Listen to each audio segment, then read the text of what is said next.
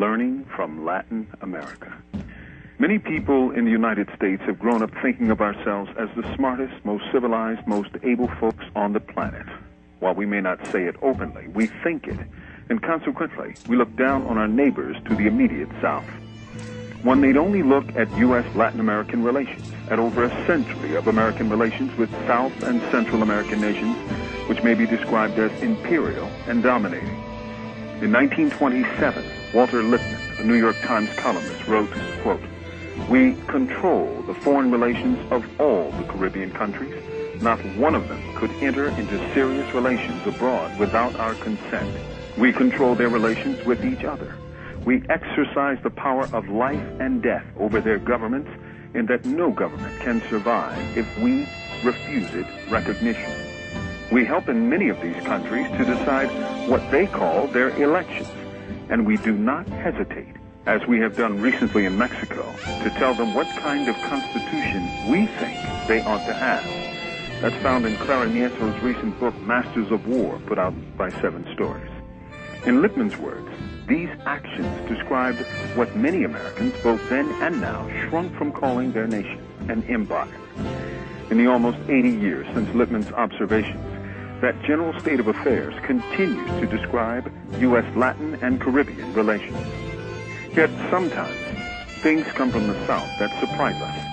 The resistance of the Cuban Revolution, surely as nakedly nationalist as it is socialist, still has a majestic David and Goliath quality to it. In the mountains of Chiapas, the Zapatista rebellion, which, although anchored in the ancient indigenous Indian and Mestizo populations, continues to show that the people of Mexico have not agreed to be servants of the rich Norte Americanos.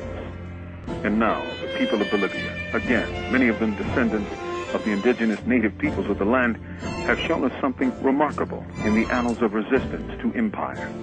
From the high plains and villages of Bolivia, from the poor, the unemployed, the dispossessed, has come the water wars. When politicians and foreign business interests pushed through a law essentially claiming all rights to Bolivian water, the people, across virtually all sectors, rebelled. And through something they called coordinadora, or coalition, Bolivians staged public demonstrations, erected barricades along major roads, and exposed the backroom deals signed by corrupt politicians to enrich themselves and beggar the people. These water wars unleashed latent people's power to run out a series of presidents and forced the U.S. company Bechtel, which tried to broker the deal, to leave the country with empty hands. Soon, English readers in the U.S. will be able to read for themselves the remarkable story of how everyday Bolivians, mainly in the city of Cochabamba, stood up to the greedy local and foreign businessmen to fight neoliberalism and political corruption in the face of brutal government repression. One of their keys was to expand and in some cases bypass the traditional trade union workers who, under the new economic conditions of Bolivia and much of Latin America, constitute a minority of workers. They turned to the poorest, least organized, least paid, most oppressed people, and formed a popular base that the traditional unions, the government, and foreign business backers could not ignore. They organized the people. That story is told by one of the main organizers, Oscar Oliveira, in the soon-to-be-published Cochabamba, Water Rebellion in Bolivia, soon to be put out by Southern Press. What we learn from this is something very fundamental, that the people, when organized, are powerful indeed and can transform our social, economic, and political reality.